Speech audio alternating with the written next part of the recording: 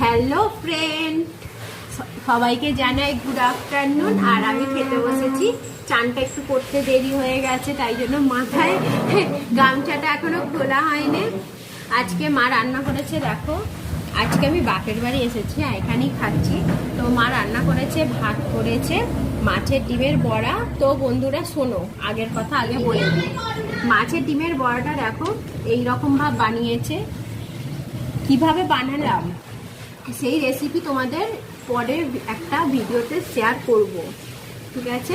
আর মাছের ডিমের বড়া, ডিমের